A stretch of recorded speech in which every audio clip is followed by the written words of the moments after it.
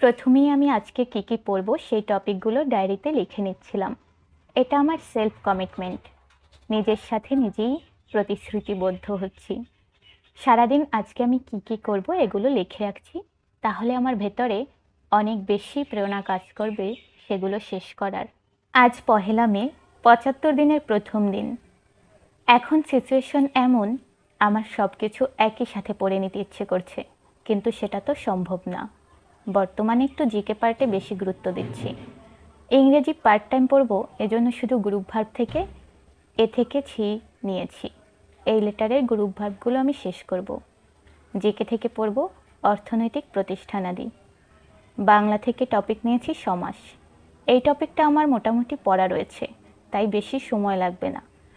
বর্তমানে আমি জিকে পার্টে বেশি ফোকাস দিচ্ছি, কিন্তু ম্যাথ ফেলে রাখলে আমাকেই পস্তাতে হবে। তাই পার্ট